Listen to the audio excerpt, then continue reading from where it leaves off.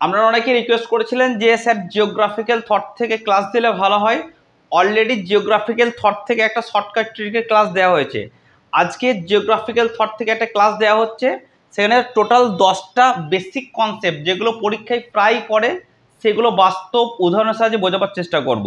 ঠিক আছে, আজকে ভিডিও শুরু করার আগে আপনাদের প্রত্যেকের উদ্দেশ্যে, যারা এবারে 2016 সালের পরীক্ষার্থী, তাদেরকে উদ্দেশ্য করে একটা গান আমি ডেডিকেট করছি। গানটা চলো। We shall overcome, we shall overcome, we shall overcome someday. আমরা করব জয়, আমরা করব জয়, আমরা করব জয় একদিন। এই গানটা কেন গাইলাম? উই শ্যাল ওভারকাম, উইটা মেন। চলুন উইটাকে আমরা প্রথমে ধরে নিই।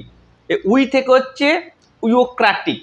উইওক্রাটিক মানে আমরা, আমরা আমরা মানে মানুষ, মানুষই জয় করবো একদিন। ঠিক সেরকম এই ওক্রাটিক কনসেপ্টে বলছে মানুষ মেন, প্রকৃতি মেন নয়। প্রকৃতি মানুষের সামনে কিছু সম্ভাবনা তুলে দেবে, মানুষ সেটাকে জয় করবে। সেই দৃষ্টিভঙ্গিকে আমরা কি বলবো? উইওক্রাটিক দৃষ্টিভঙ্গি। মেন প্রবর্তককে ভিদাল দি লা ব্লাচ। ঠিক আছে, এটাকে সম্ভাবনাবাদ বলা হয়। ঠিক আছে, ঠিক সেরকম এবারে আমাদের সরকার আমাদের সামনে সুযোগ দিয়েছে এসএসসিতে পাস করার। সেই সুযোগকে আমরা কাজে লাগিয়ে অবশ্যই আমরা বলবো উই শ্যাল ওভারকাম। চলুন এরপরে দ্বিতীয় কনসেপ্ট আসা যাক। দেখবেন আমাদের সমাজে 3 ধরনের মানুষ দেখা যায়। ঠিক আছে, এক ধরনের মানুষ দেখবেন আমিত্ব বিশ্বাসী, কিছু বলবে আমি করলাম, এটা আমি করলাম, এটা আমি করলাম, সবসময় আমি করলাম, অন্যজনের কোনো ক্রেডিটই দেয় না। এই আমিত্বর আমি, আমি থেকে ওই যে বলে দিলাম উইওক্রাটিক মানে আমি করলাম। ঠিক আছে, আচ্ছা আর দেখবেন এক ধরনের মানুষ আছে যারা যা কিছু হয় বলবে সবই ওপরওয়ালার ইচ্ছায়, সবই ভগবান করেছে, আমার কোনো ক্রেডিট নেই, সবই ভগবান করেছে, সবই ভগবান। ভগবান হচ্ছে পরম সত্য, এই ভগবান সব কিছু করেছে। এইটা ভূগোলে কি কনসেপ্ট বলবো? সেটাকে বলবো থিওক্র্যাটিক, যেটা বলছে ঈশ্বর ইচ্ছে সব কিছু হচ্ছে এবং সব কিছু ঈশ্বর ইচ্ছাই একদিন ঠিকঠাক হয়ে যাবে। প্রবক্তাকে কাল রিটার। ঠিক আছে, এটার অপর নাম আমরা কি বলা হয়? বলা হয় পরম কারণবাদ। ঠিক আছে, দেখুন একটা তো পরম সত্য কথা যে আমরা যে যাই করি ম্যাক্সিমাম লোক কিন্তু ঈশ্বরকে মানে এবং ঈশ্বরের কাছে একদিন না একদিন ফেরত যেতে হবে, এটা ম্যাক্সিমাম ধর্মগ্রন্থের কথা। পরম সত্য পয়ে পরম সত্য, পয়ে পরম কারণবাদ। আশা করছি এই কনসেপ্টটা বুঝে গেছেন। আর এক ধরনের মানুষ আছে দেখবেন, সে না ঈশ্বরকে বিশ্বাস করে না নিজেকে বিশ্বাস করে। কি বলে? যা হচ্ছে প্রকৃতির দ্বারা হচ্ছে, প্রকৃতি সব অটোমেটিক ঠিকঠাক করে দেবে, যা কিছু হচ্ছে প্রকৃতি নিজে নিজে নিয়মে করছে। এই যে প্রকৃতি সব কিছু করছে, এই কনসেপ্টটা ভূগোল আমরা কি বলবো? সেটাকে বলবো জিওক্র্যাটিক। ঠিক আছে, সেটাকে আমরা বলবো জিওক্র্যাটিক, প্রকৃতি মেন। ঠিক আছে, আচ্ছা জিওক্র্যাটিকে জিও, জিও মানে জিওগ্রাফি, জিওগ্রাফি কি করে? প্রকৃতি নিয়ে আলোচনা করে।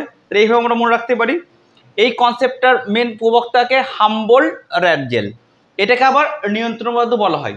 আশা করছি এই 3টে কনসেপ্ট আমাদের বোঝা হয়ে গেছে। 4 নম্বর হচ্ছে লেবেল সারাম। লেবেল সারামটা মনে রাখবো কি? এল দিয়ে মনে রাখবো। এল, এল হচ্ছে লেবেল সরাম, এল হচ্ছে লেবেল সরাম, এল হচ্ছে লিভিং স্পেস। লিভিং স্পেস মানে হচ্ছে বাস করার জন্য আমাদের জায়গা দরকার। ঠিক সেরকম লেবেল সরাম কনসেপ্টে কি বলছে? আমাদেরকে বাস করার জন্য জায়গা দরকার। তাই আগেকার দিনে কি করতো, জার্মানিরা কি করেছিল, জার্মানির জনসংখ্যা যখন বেড়ে গিয়েছিল তখন তারা পূর্ব ইউরোপকে দখল করে নতুন জায়গা তৈরি করতে চেয়েছিল। এই যে নতুন জায়গা দখল করে তৈরি করা, এটাকেই বলছে লেবেল সরাম। এর প্রবক্তা কে ছিল? এর প্রবক্তা ছিল এর প্রবক্তা কে ছিল? এর প্রবক্তা ছিল আমাদের রাটজেল ছিল। ঠিক আছে, মানে রাটজেল। ওকে, তাহলে লেবেল সরাম মানে কি? বেঁচে থাকার জন্য আমাদের জায়গা দরকার। ঠিক আছে, যেমন একটা বাস্তব উদাহরণ দিচ্ছি। মনে করুন আপনাদের হয়তো ফ্যামিলি মেম্বার 4 জন। ঠিক আছে, একতলা বাড়ি। এবার দেখো 2 ভাইয়ের বিয়ে হয়ে গেল, তাহলে ফ্যামিলি মেম্বার বেড়ে গেল, তাহলে কি দরকার? জায়গা দরকার। তখন আপনারা কি করবেন? হয় পাশে জায়গা থাকলে বাড়ি করবেন, কিংবা পাশে জায়গা থাকলে 2 তলা করবেন। এই যে জায়গাটা বাড়ালেন, এটাও কিন্তু ওয়ান টাইপ অফ লেবেল সরাম। এটা বাস্তব উদাহরণ দিয়ে বোঝাবার চেষ্টা করলাম। ওকে, চলুন তারপরে কনসেপ্ট আমরা আসা যাক। ইকুইপমেন্ট। ইকুইপমেন্ট মানে হচ্ছে মানুষের স্থায়ী বাসস্থান। মানুষ যেখানে স্থায়ীভাবে বসবাস করবে সেটাই তার ইকুইপমেন্ট। দেখা গেল হয়তো একটা মাছ পুকুরে স্থায়ী বসবাস করছে, মাছের ইকুইপমেন্ট হচ্ছে পুকুর। আচ্ছা, দেখা গেলো রয়্যাল বেঙ্গল টাইগার, ওর ইকুইপমেন্ট কী হবে? অবশ্যই সুন্দরবন। আচ্ছা, দেখা গেলো আমার বাড়ি বর্ধমান, তাহলে আমার ইকুইপমেন্ট কি? বর্ধমান। আপনাদের কাউরি বাড়ি হচ্ছে মুর্শিদাবাদ, তার ইকুইপমেন্ট কি? মুর্শিদাবাদ। কাউরি বাড়ি হচ্ছে দার্জিলিং, তার ইকুইপমেন্ট কি? দার্জিলিং। এবার এখানে একটা কিন্তু ছেলে মেয়েদের মধ্যে একটু ভ্রান্ত ধারণা আছে, চলুন এটা দূর করা যাক। এই ইকুইপমেন্ট যেটা আছে এর প্রাথমিক ধারণার প্রস্তাব দিয়েছিল এরাটোস্থেনিস। কে দিয়েছিল? এরাটোস্থেনিস, প্রাথমিক ধারণা। কিন্তু পরবর্তীকালে আধুনিক রূপ বা এই ধারণা সম্প্রসারণ করেছিল ফ্রেডারিক র্যাটজেল। এটা কিন্তু অনেক ছেলেমেয়ে গন্ডগোল করে যে কে প্রথম দিয়েছিল, এরাটোস্থেনিস না র্যাটজেল। তাহলে আজ থেকে আশা করা ভুল হবে না। তাহলে প্রাথমিক ধারণা প্রস্তাব দিয়েছিল কি? এরাটোস্থেনিস। ঠিক আছে। আচ্ছা, আর আধুনিক রূপে ধারণা দিয়েছিল ফ্রেডারিক র্যাটজেল। এটা কি করে রাখবো? এরাটোস্থেনিসের প্রথম অক্ষর ই, কিন্তু আমরা এ লিখবো, এরাটোস্থেনিস। হোয়াটসঅ্যাপে এ মানে কি?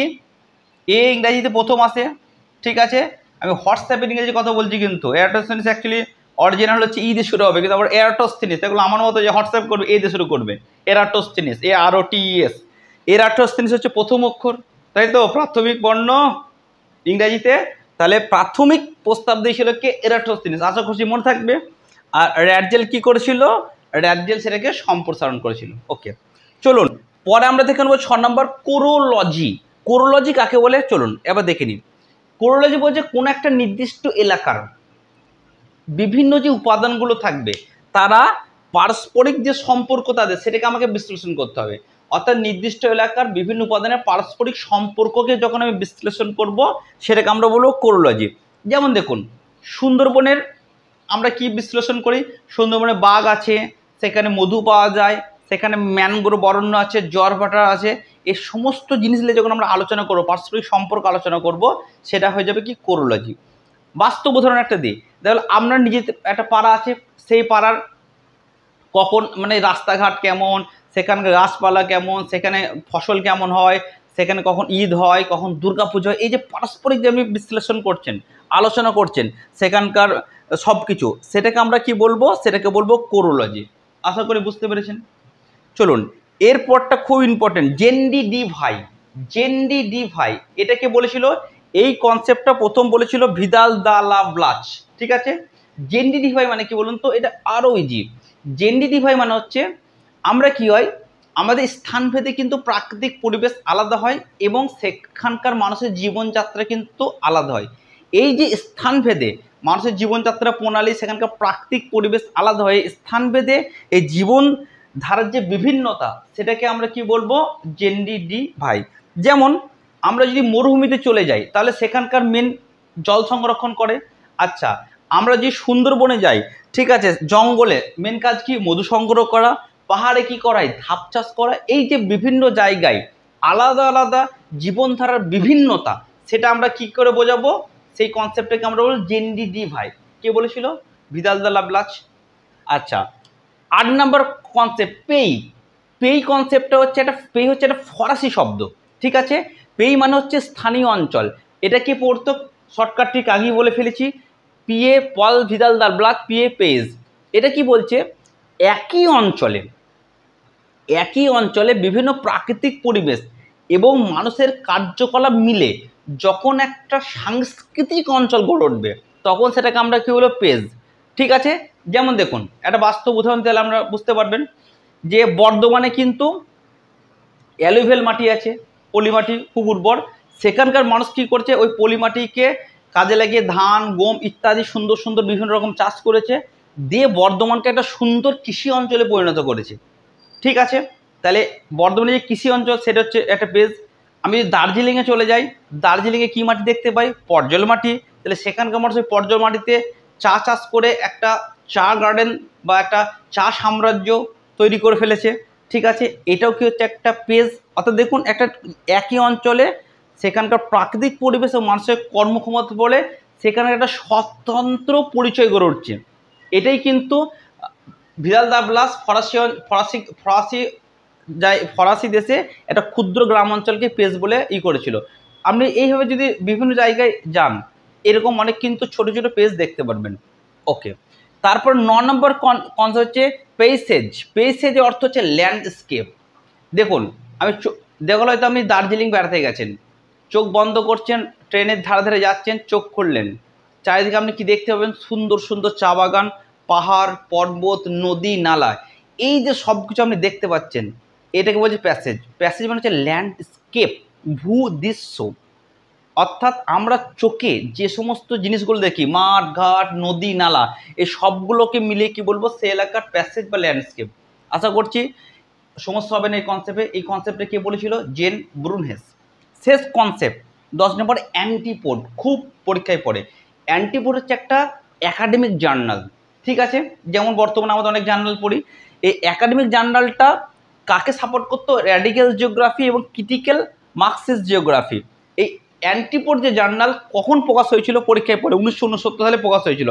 এর মেন কাজ কী ছিল? ভূগোলকে সামাজিক ন্যায় বিচার এবং রাজনৈতিক সংগ্রামের সাথে যুক্ত করা। অর্থাৎ তখনকার সমাজে যে সমস্ত শোষণ, অবিচার, অসাম্য, শ্রেণী সংগ্রাম ছিল, সেগুলোর বিরুদ্ধে প্রতিবাদ স্বরূপ এই অ্যান্টিপোড পত্রিকাটা প্রকাশ করা হয়েছিল। অর্থাৎ এই পত্রিকা ওই সমস্ত জিনিসগুলোকে প্রকাশ করা হতো। ঠিক যেমন আমাদের আগেকার দিনে কী হতো? মিডিয়াগুলো এগুলো করতো, কিন্তু বর্তমানে মিডিয়া কী হয়ে গেছে? গদি মিডিয়া। তারা কিন্তু বর্তমানে মানুষের সমস্যা একদম তুলে ধরে না, তারা যে রাজনৈতিক দল থাকে তাদেরই কিন্তু গুণগান করতে ব্যস্ত, ঠিক আছে? কিন্তু আগেকার যুগে অ্যান্টিপোড পত্রিকা কিন্তু এরকম করতো না, তারা প্রকৃত যে সমস্যাগুলো ছিল মানুষের, সেগুলি কিন্তু তুলে ধরার চেষ্টা করতো। আশা করছি এই যে 10টা কনসেপ্ট বললাম আপনারা পরিষ্কার করে বুঝতে পেরেছেন। চলুন এবারে তাহলে আমরা একটু মক টেস্ট দেখে নিই। এই যে 10টা কনসেপ্ট আমরা পড়লাম, এরপর একটা মক টেস্ট হয়ে যাক। 15টা কোশ্চেন দিচ্ছি, চলুন মক টেস্টের কোশ্চেনগুলো পড়া যাক। 1 নাম্বার, লেবেল সরম এর প্রবক্তা? A Ratzel, B Blache, C Humboldt, D রিটার।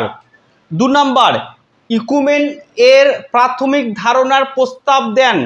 A Blache, B Eratosthenes, C Ratzel, D Ritter. 3 number, ইকুমেনের আধুনিকভাবে সম্প্রসারণ করেন? A Blache, B Eratosthenes, C Ratzel, D Ritter. 4 number, জেন্ডি ডি ভাই এর প্রবক্তা? A Ritter, B Ratzel, C Humboldt, D Blache. 5 number, পেজ হলো কোন শব্দ? এ ফরাসি, B German, C English, D Bangla. 6 number, স্থানীয় অঞ্চল বলতে বোঝায়? প্যাম্পাস, বি পেজ, সি পেইসেজ, D all of the above. 7 number question, landscape বলতে বোঝায়? প্যাম্পাস, এ বি হচ্ছে পেজ, সি হচ্ছে প্যাসেজ, ডি হচ্ছে all of the above. 8 number question, প্যাসেজের সাথে সম্পর্কিত? A Blache, B Ratzel, C Ritter, D Brunhes. 9 number, antipode প্রকাশিত হয়? A 1969, B 1970, C 1971, D 1973। 10 number, ইকুমেনের অর্থ?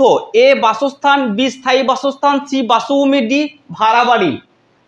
11 নম্বর, প্রাকৃতিক পরিবেশ প্লাস মানুষের কার্যকলাপ নিয়ে গঠিত হয়? এ প্যাসেজ, বি ইকুইপমেন্ট, সি পেজ, D all of the above. 12 number question, antipode support করে? A radical geography, B political geography, C critical Marxist geography, D A ও সি ঠিক। 13 নম্বর কোশ্চেন, অ্যান্টিপোড আলোচনা করে? এ অসাম্য, বি শোষণ, সি ন্যায় বিচার, ডি সবকটি ঠিক। 14 নম্বর কোশ্চেন, এলাকার দৃশ্যমান রূপ নিচের কোনটিকে নির্দেশ করে? এ প্যাসেজ, বি পেজ, C equipment, D all of the above. 15 number question, পেজ শব্দের প্রবর্তক? A Blache, B Ratzel, C Ritter, D Humboldt. তাহলে আশা করছি আজকে জিওগ্রাফিক্যাল থটে যে 10টা কনসেপ্ট বুঝিয়েছি আপনারা খুব সহজে বুঝতে পেরেছেন। এখান থেকে কিন্তু পরীক্ষায় প্রচুর কোশ্চেন পড়ে। আজকের ভিডিও শুরুতে যে গান হয়েছিল আশা নিয়ে, শেষেও কিন্তু সেই আশা নিয়ে আজকে আবার শেষ করব। চলুন সেই গান আর একবার হয়ে যাক। We shall overcome, we shall overcome, we shall overcome someday. আমরা করব জয়, আমরা করব জয়, আমরা করব জয় একদিন। তাহলে আপনারা এবারে চাকরিটা জয় করতে পারবেন তো? কথা দিচ্ছেন? আপনাদের জন্যই কিন্তু এই দিনরাত পরিশ্রম করে ভিডিওগুলো করা হচ্ছে, যাতে আপনারা এবারেই পরীক্ষাটা দিয়ে চাকরিটা ছিনিয়ে নিতে পারেন, জয় করতে পারেন। ওকে, থ্যাংক ইউ।